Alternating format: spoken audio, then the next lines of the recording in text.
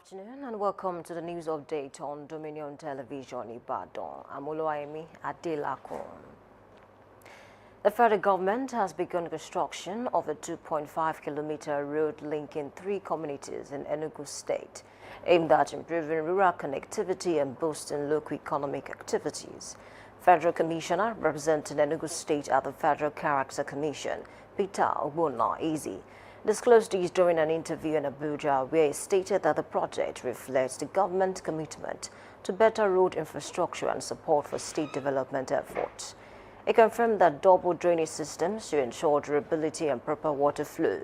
He also warned that ministries, departments, and agencies that violate federal character principles will face sanctions, stressing the need for fairness in public service appointments.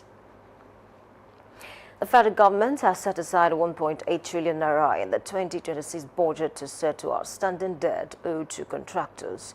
This includes 1.7 trillion naira for 2024 capital project and 100 billion naira for other local contractual liabilities. Lawmakers have expressed cautious optimism that payment will begin soon, although they did not specify when disbursement will start. The move follows growing pressure from indigenous contractors. They urged the government to clear all outstanding debts contractors at earlier stage protests at the National Assembly, accusing the government of neglect and putting their businesses at risk. The Federal High Court in Ibadan has ordered the University of Ibadan to reinstate 3 students suspended for protesting a tuition fee hike. Justice Ikoyi Emma ruled that the student rights were violated, citing a lack of fair hearing in the disciplinary process. The affected student, Aduo Oyedele, Midi Badigashi, and nurse leaners were suspended in July 2025 after taking part in protests triggered by a fee increase approved by the university's governing council. The court also barred the university from taking further disciplinary action against them over the protests. Meanwhile, the Corporate Accountability and Public Participation Africa have praised the judgment and called on the university to comply immediately, reinstate the student, and issue an apology for its actions. The 2026 Unified Tertiary Matriculation Examination has begun nationwide, with over 2.2 million candidates expected to sit for the exams across accredited centers. The examination, organized by JAMB, will run from April 16 to April 22 in multiple daily sessions. JAMB Registrar Professor Ishaq Oloyede urged officials to remain committed and professional, noting that the success of the exercise depends on their performance. Oloyede reaffirmed JAMB's zero tolerance for examination malpractice, warning candidates against bringing banned items into exam halls. He added that biometric verification and real-time monitoring have been deployed to ensure credibility, while candidates with verification issues will be rescheduled. On the foreign scene, South African police have arrested Pan-African activist Kemi Seba, who is wanted in Benin for inciting rebellion after he supported a foil coup in December.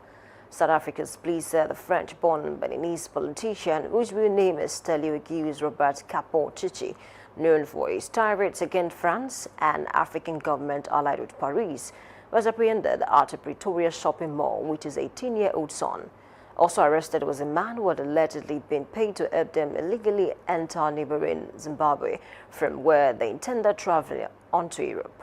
Consequently, all 3 have appeared briefly in court, facing charges of conspiracy to commit a crime and contravention of South Africa's Immigration Act.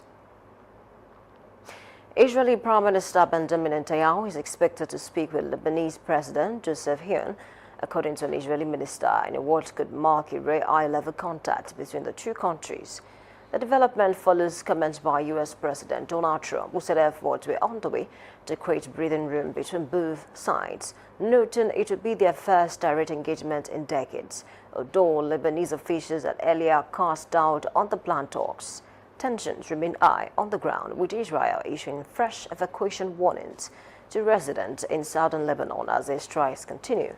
In response, Hezbollah said it had launched rockets into Israel, while independent analysis indicates that several towns and villages in southern Lebanon have been heavily damaged by ongoing military operations. Meanwhile, Turkey said it would continue supporting peace talks between the United States and Iran and called on the sides to be constructive in the negotiations to end the war. Turkey, a NATO member and neighbor of Iran, has been in close talks with the US, Iran, and mediator Pakistan, and has repeatedly called for fighting to stop.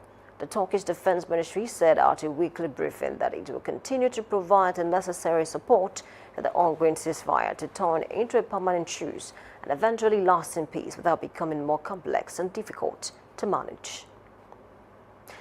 Talking sport, FIFA President Gianni Infantino has confirmed that Iran will for sure participate in the 2026 World Cup despite the Middle East war.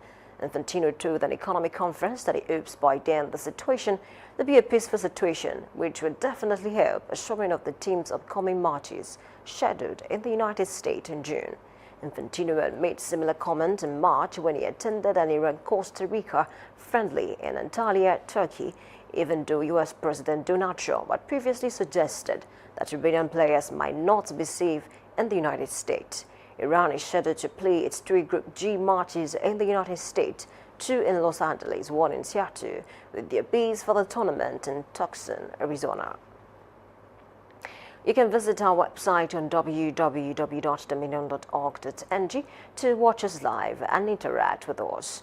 You can also follow us across our social media platforms, Facebook, Instagram, TikTok, YouTube, and LinkedIn at Dominion Broadcast and X at Dominion Cars.